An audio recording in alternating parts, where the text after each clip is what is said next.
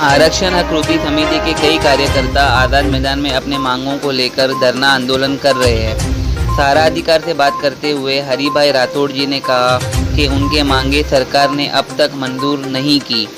संविधान के आर्टिकल 64 में आरक्षण की सुविधा दी गई है, रिजर्वेशन प्रमोशन की सुविधा दी गई है।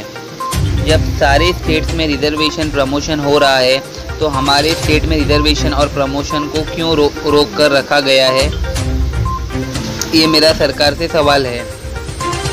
हमने हमारे एमएलए से कहा लेकिन उन्होंने कोई आवाज़ विधान भवन में नहीं उठाई। ये सारे एमएलए को रिज़ाइन करना चाहिए। स्टूडेंट्स को स्कॉलरशिप मिलनी चाहिए, फॉरेन स्कॉलरशिप मिलनी चाहिए, अच्छे हॉस्टल मिलने चाहिए। जो भर्ती होनी है वो नहीं हो रही है, युवाओं को ये स्टार्ट होना चाहिए, नहीं तो युवा कहाँ जाएंगे और उनका रोज़गार आगे कैसे बढ़ेगा। ये सारी बातें हरिभाई राठौड़ जी ने इस आंदोलन से कही। अब देखना ये है कि इस पर क्या निर्णय होता है।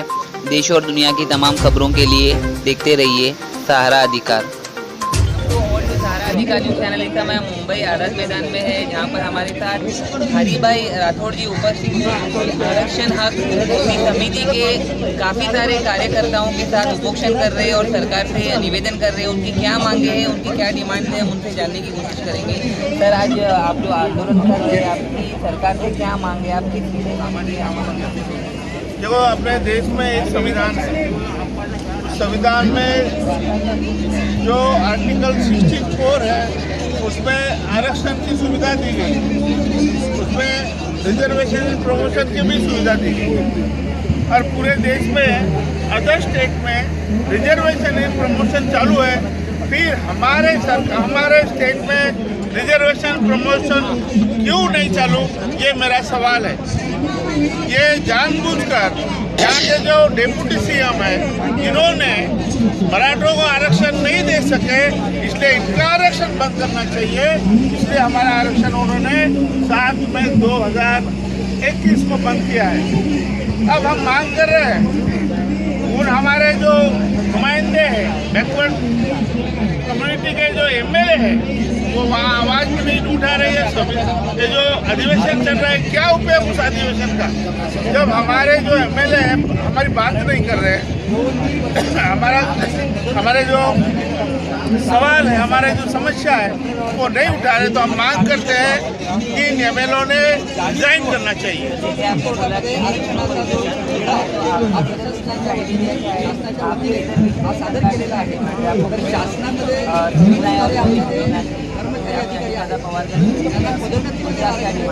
नहीं, हम डिमांड करते हैं कि संविधानिक जो प्रोविजन है वो ये है कि बढ़ोतरी में मतलब आरक्षण होना चाहिए। अगर ये आरक्षण नहीं होगा तो सरकार जो बैकलॉग है, तो बैकलॉग कभी नहीं भरा जाएगा। फिर सब जगह ऊपर ओपन ही रहेंगे, ओपन वाले सब, तो बैकवर्ड कहाँ जाएंगे भैया? बैकवर्डों को जो उनकी संख्या है, जो 50% आरक्षण उनको मिलना चाहिए, वो देना ही चाहिए। ये कानूनन है, ये संविधानक है। अगर आप नहीं देते, इसका मतलब ये है कि तुम अनकॉन्स्टिट्यूशनल एक्ट कर रहे हो, असंवैधानिक बातें कर रहे हो। टोटल आरक्षण कार्यकर्ता है जो धरना में धरना दे रहे हैं, और रिजर्वेशन में आप क्या क्या डिमांड करते हैं? डिमांड नंबर 1, 2 अगर हम स्टेट करते हैं कि एग्जैक्टली क्या क्या फैसिलिटी और एमिनिटीज मिलनी चाहिए? देखो, सुबह से हमारे हजारों कार्यकर्ता यहाँ आके आ रहे जा रहे। तो हमारी मांग है, जो स्टूडेंट है उनको स्कॉलरशिप मिलनी चाहिए, जो बंद किया है, और उनको फॉरेन स्कॉलरशिप भी मिलनी चाहिए। उनके लिए अच्छे हॉस्टल्स होना चाहिए तालुका स्तर पर। और जो बैकलॉग है अपने सरकार में, मतलब अभी जो भर्ती होनी है वो भी नहीं हो रही है, तो युवा लोग जाएंगे कहाँ? आज 15 वर्ष से कोई रिक्रूटमेंट नहीं है, रिक्रूटमेंट रुका हुआ है। तो हमारे बच्चे अभी बूढ़े हो रहे हैं बेचारे, कहाँ जाएंगे वो? तो अब सरकार से दूसरा प्राइवेटाइजेशन हो रहा है। आप प्राइवेटाइजेशन, आप कॉन्ट्रैक्टशिप ला रहे हो, तो आप रिजर्वेशन बंद करना चाहते हो, क्योंकि आपको रिजर्वेशन देना नहीं है, इसलिए आप प्राइवेट में सारा प्राइवेटाइजेशन हो रहा है सरकार का। सर आगे की क्या रणनीति रहेगी आपकी, अगर सरकार आपकी मांगे पूरी नहीं करती है? अभी एक ही हमारी तय है कि आने वाले चुनाव में इनको हमारे घर के सामने वोट मांगने के लिए नहीं आना चाहिए। आपकी पार्टी से आपकी पार्टी से कुल कितने कैंडिडेट खड़े होंगे अरे इलेक्शन हमारी में? पार्टी सारे के सारे 236 हम खड़े कर देंगे। क्या आपने मंत्रालय में अजीत दादा पवार से अपॉइंटमेंट लेने की कोशिश की है कि आप इसी से मुलाकात करेंगे? हमने जब कल परमिशन मांगी थी, हमने पूछा गया था पुलिस लोग कि आपको किससे मिलना है, डिप्टी सीएम से मिलना है।